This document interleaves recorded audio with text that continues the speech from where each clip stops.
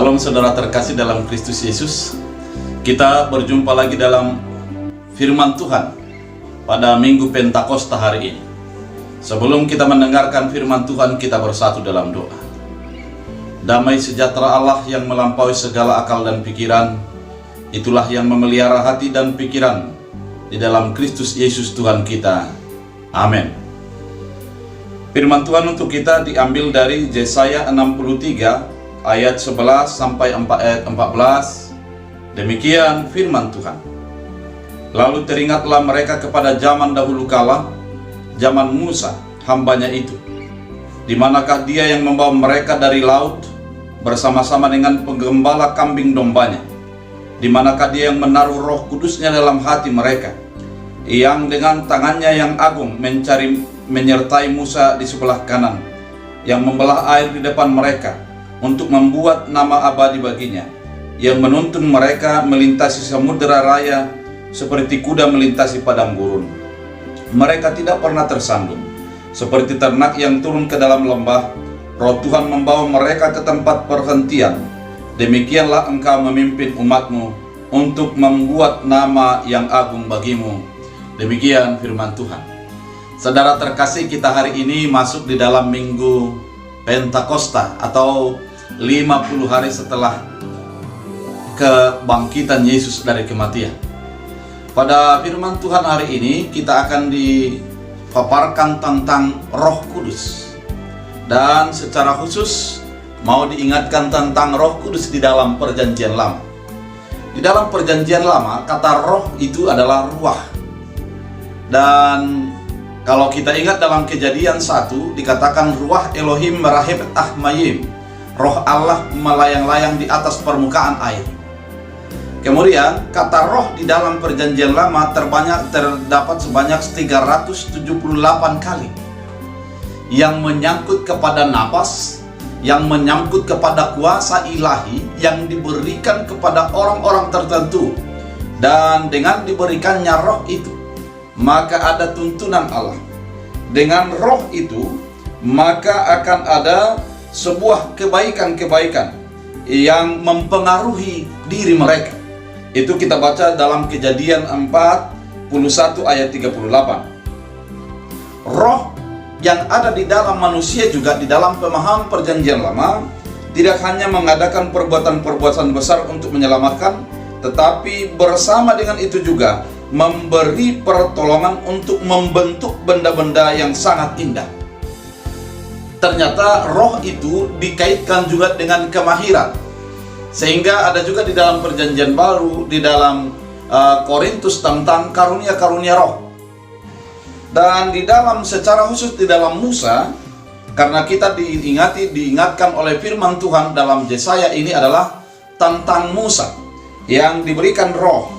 Bilangan 11 ayat 17 dan ayat 25 menunjukkan bahwa suatu ukuran khusus dari kuasa roh diberikan kepada Musa agar ia dapat mengerjakan maksud-maksud Allah. Jadi roh itu diberikan agar mengerti maksud-maksud Allah. Dan juga dikatakan selanjutnya kuasa ini dapat dibagi dengan orang lain. Kuasa roh itu dapat dibagi kepada orang lain dalam ayat 25 pada bilangan 11. Dan dengan kuasa roh itu maka Musa disebut dengan abdi Allah dalam Ulangan 33 ayat 1.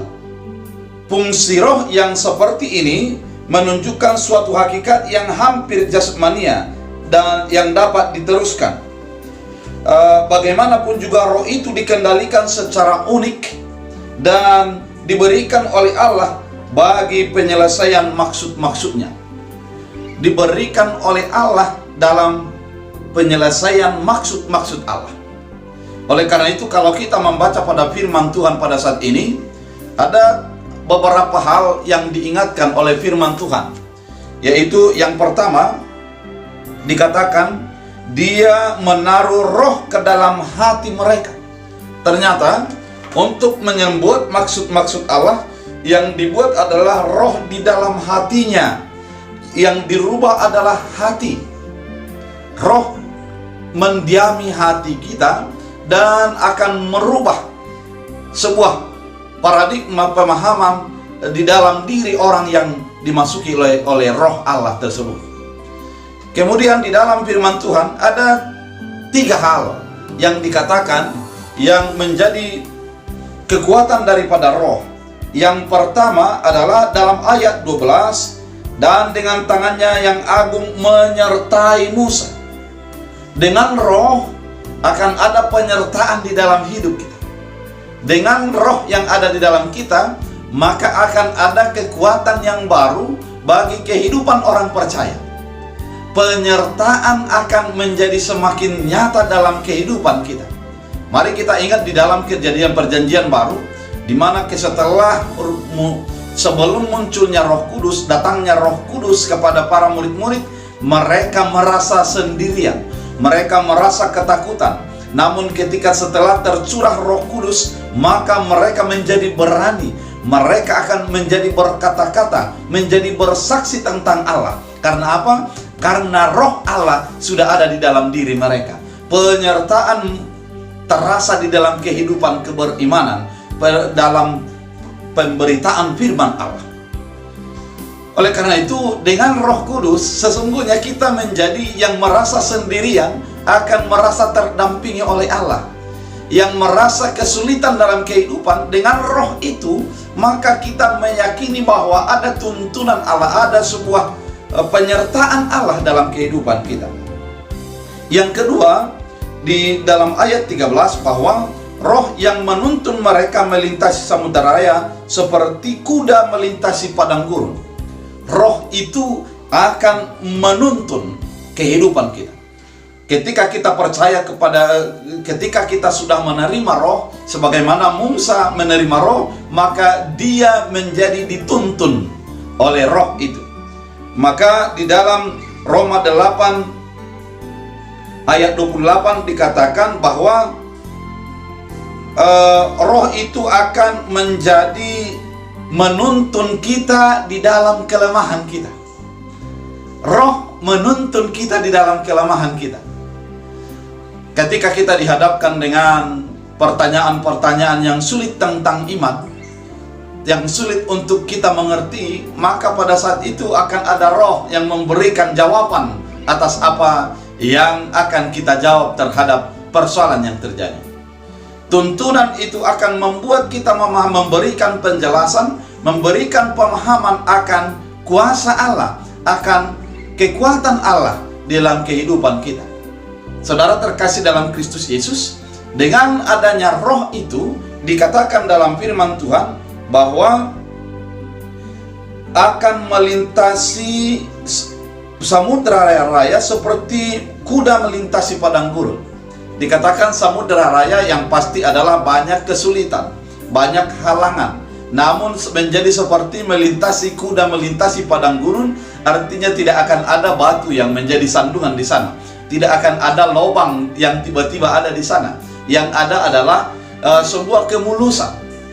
Orang yang dipimpin roh, yang dahulunya adalah penuh dengan kesulitan, ketika roh tinggal di dalam hatinya, dia dipenuhi oleh roh, maka dia akan menjalani kehidupannya dengan sebuah kemudahan. Dan tuntunan Allah itu akan menjadikan dia mampu untuk menjalaninya dengan segala kebaikan-kebaikan. Oleh karena itu, tuntunan roh menjadikan kita, menemani kita, menguatkan kita di dalam kelemahan kita. Pada ayat 14 dikatakan, seperti ternak yang turun ke dalam lembah, roh Tuhan membawa mereka ke tempat perhentian, demikian engkau memimpin mereka. Dalam firman Tuhan dikatakan bahwa roh itu adalah menjadikan memimpin. Artinya, yang dulunya orang dipimpin oleh keinginannya, yang dulunya orang dipimpin oleh pikirannya, yang sebelumnya dipimpin oleh hal-hal yang terjadi di luar, di sekitarnya, maka orang yang dipimpin roh akan menjadi dipimpin oleh Allah di dalam segala kehidupannya. Maka di dalam Tuhan dalam Galata 5 ayat 18, akan tetapi jikalau kamu memberi dirimu dipimpin oleh roh, maka kamu tidak hidup di bawah hukum Taurat. Jadi ketika kita sudah dipimpin oleh Roh, maka kehidupan kita bukan lagi dipimpin oleh keinginan kita, bukan dipimpin oleh aturan lagi, tapi dipimpin oleh Roh. Sehingga kita mengetahui apa yang baik, apa yang benar, apa yang seharusnya kita lakukan dalam perjalanan kehidupan kita. Saudara terkasih dalam Kristus Yesus, dengan tercurahnya Roh Kudus, sesungguhnya kehidupan orang percaya sudah diperbaharui. Dari kehidupan dirinya, mementingkan dirinya, menjadi kehidupan yang mementingkan Allah. Dari orang yang memikirkan tentang hal-hal di dunia, menjadi orang-orang yang menjadi memikirkan apa yang menjadi kehendak Allah. Orang yang dipimpin Roh itu menjadi terasa sebuah keringanan dalam menjalani kehidupan, karena dia akan menjadi bersukacita dan talentanya akan keluar, kemahiran-kemahiran akan diberikan oleh Allah di dalam kehidupannya. Oleh karena itu, ketika kita hidup di dalam Roh, sesungguhnya kehidupan kita dirubah dan diperbaharui, diberi semangat dan diarahkan sesuai dengan kehendak Allah. Saudara-saudara terkasih dalam Kristus Yesus, pimpinan Roh ini, tuntunan Roh ini, dan arahan daripada Roh ini akan menjadikan kita menjadi tetap kuat, tetap bersemangat, melakukan hal-hal yang terbaik, melakukan kehendak Allah di dalam perjalanan kehidupan kita. Oleh karena itu, di dalam hari Pentakosta ini, di dalam hari turunnya Roh Kudus ini, kita diajak oleh firman Tuhan untuk menjadi dipimpin oleh Roh.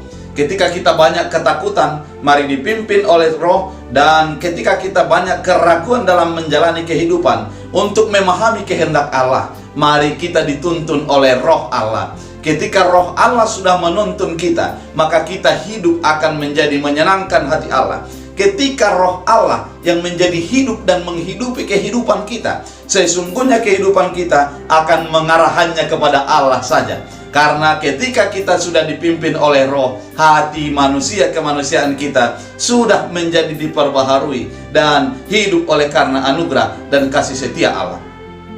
Sebagaimana Musa yang dulunya adalah takut untuk menjadi memimpin bangsa itu, ketika Roh Allah sudah diam di dalam hatinya, ketika dia menjalaninya, maka dia menjadi dalam optimis, di dalam sebuah keyakinan untuk melakukan kehendak Allah di dalam perjalanan segala pembebasan bangsa itu dari tanah Mesir menuju kepada tanah Kanaan. Kehidupan orang percaya pada saat ini, mungkin banyak ketakutan-ketakutan yang terjadi, mungkin banyak kecemasan-kecemasan yang terjadi. Namun ketika kita hidup di dalam Roh, kita akan menjadi meyakini bahwa Allah tetap menyertai kita. Ada sebuah keyakinan dalam diri kita bahwa Roh Allah tidak akan meninggalkan kita. Ketika dihadapkan dengan kesulitan, sebagaimana samudra raya di hadapan kita, kita akan percaya bahwa Tuhan akan membawa kita menjadi kepada jalan yang mulus seperti kuda di atas daripada padang pasir. Dengan keadaan demikian, kita menjadi yakin dan optimis menjalani kehidupan kita. Saudara terkasih dalam Kristus Yesus, melalui hari Roh Kudus ini, kita diajak oleh firman Tuhan agar kita menjadi dipimpin dan dituntun oleh Roh Allah. Ketika Roh yang mempersatukan manusia dengan Allah tersebut menjadi diam dalam kita, akan merubah kepribadian secara menyeluruh. Ketika kita hidup di dalam pimpinan Roh Allah, maka kepribadian kita akan dirubah secara total, dan Roh menjadikan kita mengerti akan maksud Allah dalam kehidupan kita. Yang dulunya kita tidak mengerti, namun dengan Roh akan mengerti akan maksud Allah di dalam perjalanan kehidupan keberimanan kita. Saudara terkasih dalam Kristus Yesus, dalam Minggu Roh Kudus ini, sebagaimana dicatatkan dalam firman Tuhan pada saat ini, ketika kita dihidupi oleh Roh, maka kita akan menjadi dipimpin, kita akan menjadi disertai, dan kita akan menjadi dituntun oleh Tuhan di dalam segala kehidupan kita. Oleh karena itu, dengan Minggu Pentakosta ini, mari hidup di dalam Roh, dan dengan demikian kita akan dipimpin, dituntun, dan juga disertai di dalam segala perjalanan kehidupan. Kita akan bisa mengerti maksud Allah, dan kita akan mengikuti maksud Allah di dalam perjalanan kehidupan keberimanan kita untuk menjadi menyaksikan kebaikan-kebaikan Allah. Oleh karena itu, saudara terkasih dalam Kristus Yesus, mari hidup di dalam roh, dan biarlah Roh Kudus menjadi tetap menyala-nyala dalam kehidupan kita, dan kita layanilah Tuhan di dalam sebuah penyertaan, kepemimpinan, dan juga di dalam tuntunan daripada Allah. Tuhan Yesus memberkati kita bersatu di dalam doa. Terima kasih Tuhan atas firman-Mu yang mengingatkan kami agar kami hidup di dalam roh. Biarlah firman-Mu menjadi berakar berbuah, bertumbuh dalam kehidupan kami. Jadikan kami menjadi pelaku firman, sehingga kami menjadi hidup di dalam tuntunan dan naungan Tuhan. Biarlah roh-Mu diam dalam hidup kami, dan dengan demikian kami menjadi saksi setia daripada Kristus Yesus. Dalam Kristus Yesus Tuhan kami berdoa dan mengucap syukur. Amin. Tuhan Yesus memberkati.